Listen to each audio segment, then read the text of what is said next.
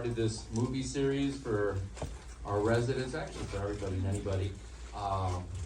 We're, I think, up to film number 20 or so.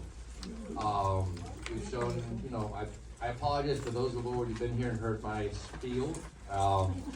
Singing in the Rain, Blazing Saddles, The Omen, Hard Day's Night, Casablanca, Roman Holiday, All the President's Men.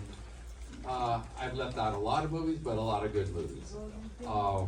And I do it because, well, just on the feedback of everybody coming in, it makes us happy, and that's important, you know.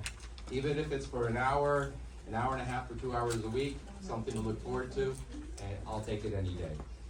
Before I move on to a few interesting tidbits about the movie, I want to recognize my good luck charm in the movie industry is Mayor Dorothy Thompson, who's here with us. Mayor Dorothy. And I want to recognize just a couple family members, because if not, I'll get in trouble, and I don't need a headache.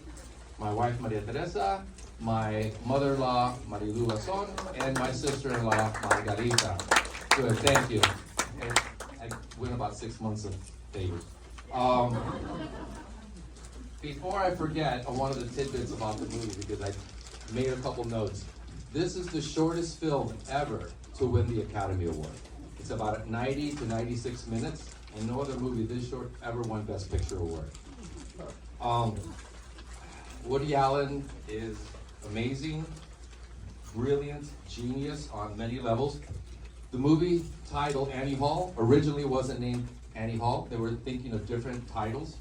Here are a few of the titles. A Roller Coaster Named Desire. It Had to Be Jew. Me and My Goy.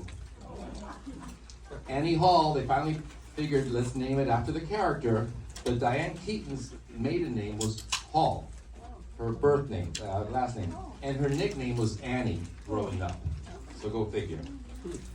There's a famous, hilarious scene having to do with cocaine. I know cocaine and humor, I know it usually doesn't go together, but in this movie it does.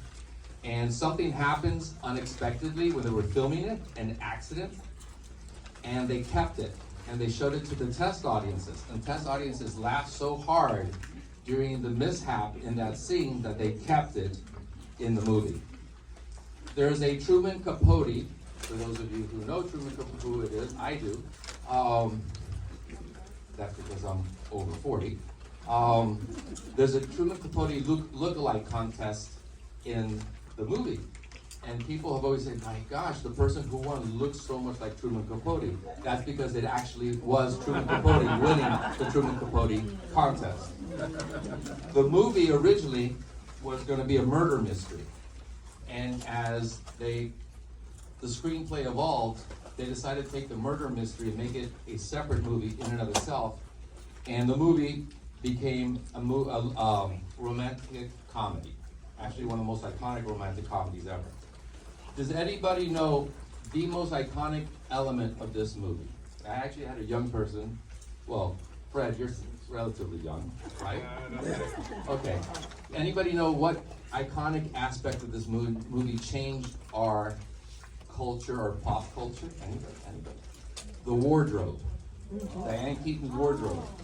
She walked in with baggy pants, baggy shirt, a hat, big purse. The costume designer said, absolutely not. Woody Allen immediately responded, leave her, she's a genius. Let her wear what she wants. And based on her costume in this movie, it changed the fashion trend for years. Wow. There's my favorite scene in the movie, has to do with a lobster. That lobster scene, which I find it hilarious, is all improvised. They basically said, this is the scene, you two, Diane Keaton, Woody Allen, just come up with stuff. Actually, most of the movie, there's a lot of improvisation. They go off the script a lot.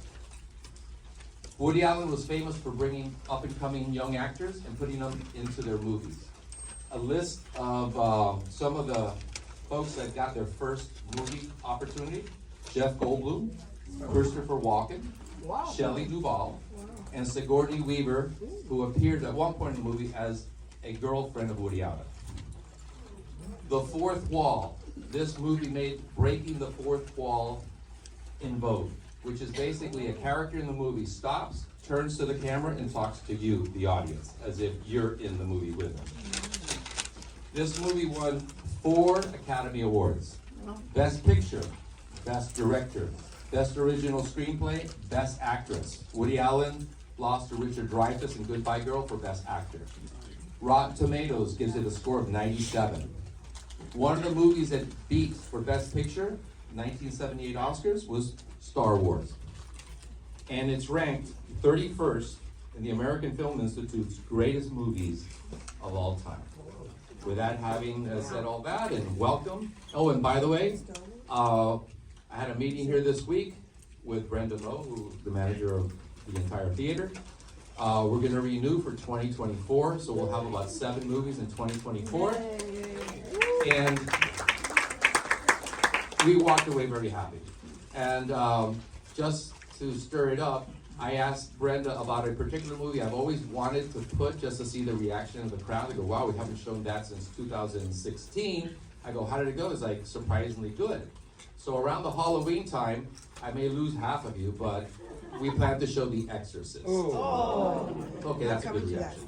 But enjoy and enjoy the movie and God bless. Thank you. Thank you.